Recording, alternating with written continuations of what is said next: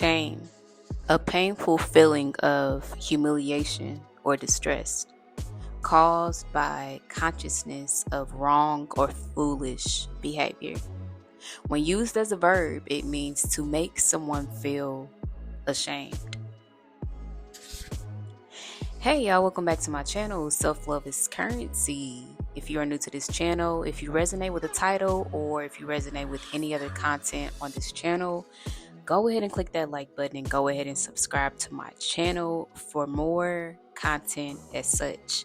To all of my returning subscribers, my day ones, my real ones, my OGs, thank you all so very much for your continued support. I truly do appreciate you, y'all.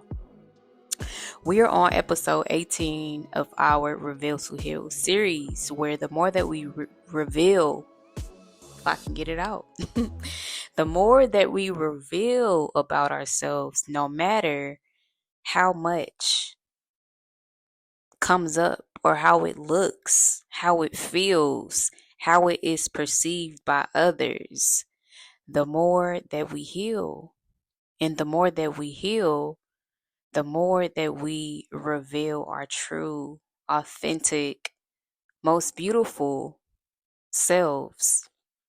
So just a quick disclaimer, if you hear any rattling or rustling of pages in the background, that is me flipping through pages of this journal entry in real time, because while I am putting this content out, I am, doing some soul therapy, some soul surgery, if you will, on this end, some soul healing. So this is like a 3-in-1 special. But this is episode 18 of our Reveal to Heal series, entitled Shame is the Devil's Work. And also, while I am on numbers and all, I am going to, well, I was about to say, but I'll leave it for the next video. But yes, without further ado, let's get back into it. I wished I had cracked this code long before, but a very good way to tell if someone is good for you, or if they are karmic and or demonic, is to not go by what they say, but go by how they treat you and how they make you feel. No one that loves you, cares for you, and respects you is going to shame you. This goes for family, friends, lovers, loved ones, associates, people at the job, etc. It's actually rather sick and twisted to be in such close connection. Like I said, whether it be a friendship, a romantic relationship, or even a familiar relationship, and the other person finds humor and joy in shaming you. And if your mind is going haywire right now, maybe you can relate to this. You're thinking about situations in your personal life. That's not love.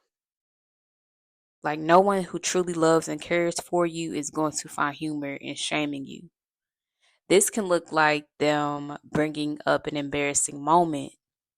Maybe you hit rock bottom at one point in your life, and they are quick to remind you about that.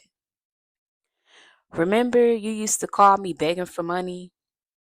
Remember that time you called me because your ex cheated? Matter of fact, he's still an old girl, right? I remember when you were in kindergarten and you came home crying because this little boy punched you in the stomach. And you said to me, "Mama, I don't know why he did that. I thought he liked me." This is a story that your quote unquote toxic mom would bring up whenever you would bring a new love interest around.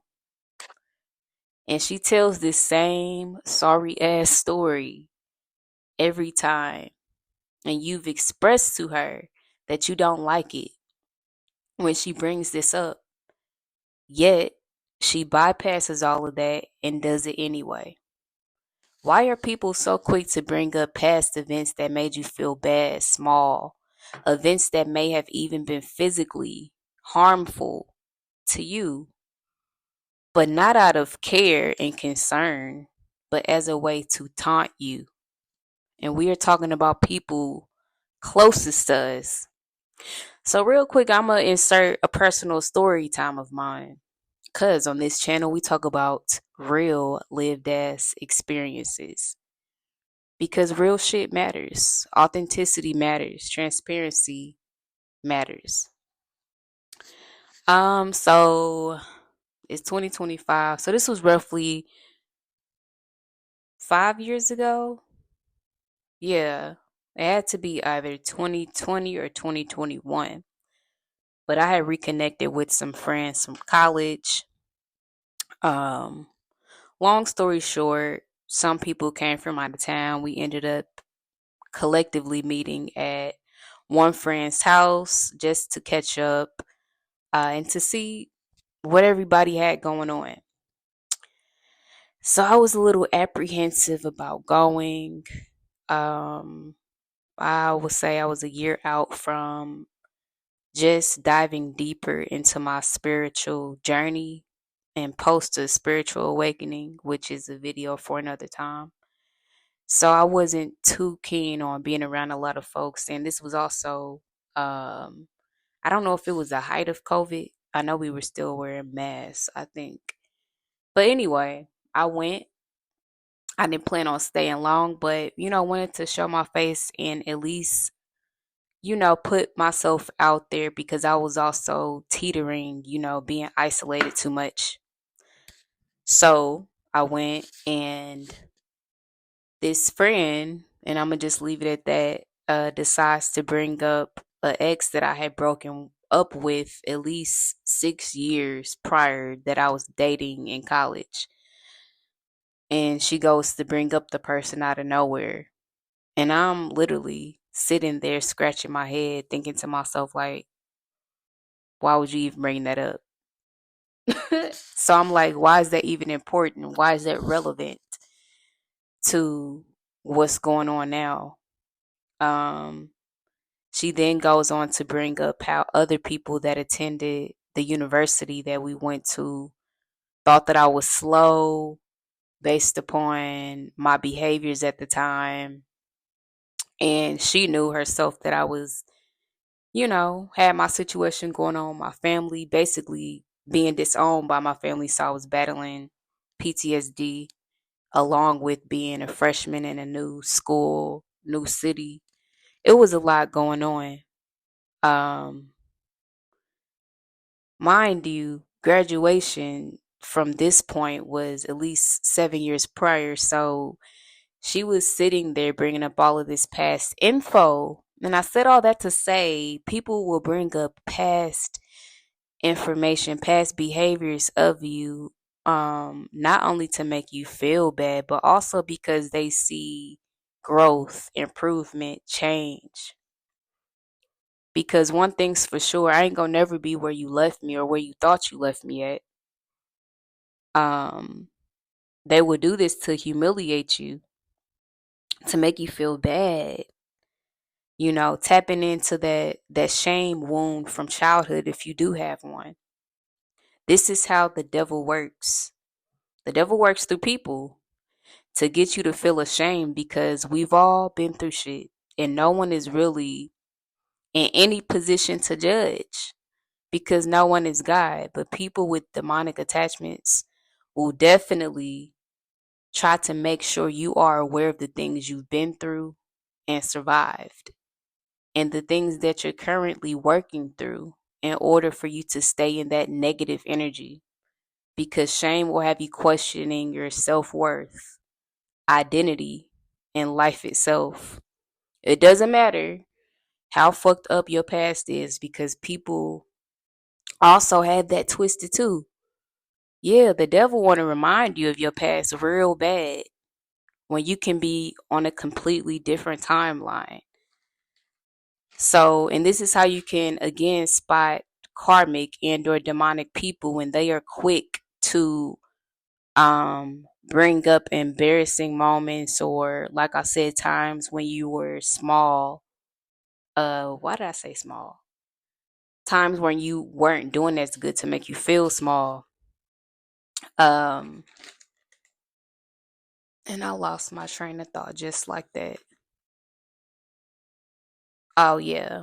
So just bringing up your past in general, especially if they see how much change you have gone through, if you have transformed, upgraded, leveled up, they try to swoop in like a thief in the night and make you feel bad about shit that they too may have went through or may be going through in secret, but they project their internal battles with shame onto others.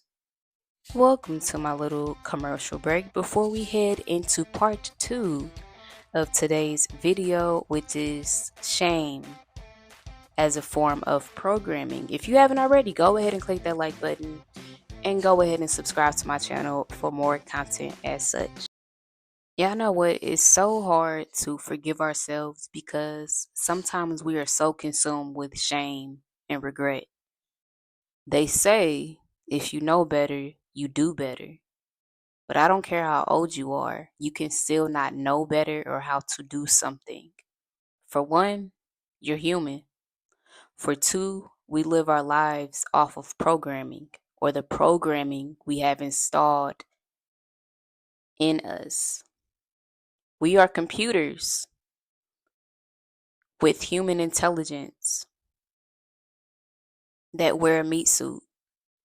And when we were born and placed in our respective environments, you were picking up data to store on your hard drive. So as you are developing and maturing, you are collecting intel on how to be and how to show up, how to human. Fast forward to adulthood, you may wonder why and keep scratching your head like, damn, why do I keep attracting toxic partners? Why do I keep attracting emotionally unavailable partners? Why do I keep attracting abusive partners? Partners who struggle with substance abuse issues. It doesn't even have to pertain to relationships per se. This can be a negative outlook on life or even body image. And you are completely obsessed with fitting into societal standards. Um, Maybe you keep attracting covert narcissists, whether it be in a romantic relationship or at work. What if I told you that if this has been your experience, people that we make friends, partners are mere reflections and or manifestations in our timeline now from the data that we collected and input into our systems in childhood. I know, wild as hell, crazy ass concept, but hear me out.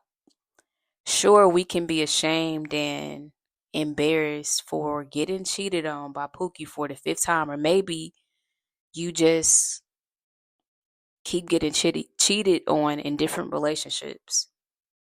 But instead of blaming yourself, because we know narcissists like to do that shit anyway, let's look at things from a different perspective. Look at how you were programmed to do relationships. Were you taught to stand up for yourself? Were you taught to look out for red flags? Yes, we must accept responsibility and accountability, because this is a trick that the devil likes to play too, by making you think that you accepting responsibility and accountability absolves the other person of their wrongdoing, but it doesn't. You accepting whatever role or part you had to play, whether it be you deeming the red flags as green ones. that still allows you the opportunity to learn what to look out for, which gives you the opportunity to add another tool to your tool set.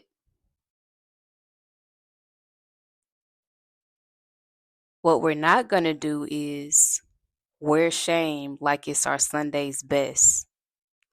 Shame doesn't belong to you, but self-love and healing does.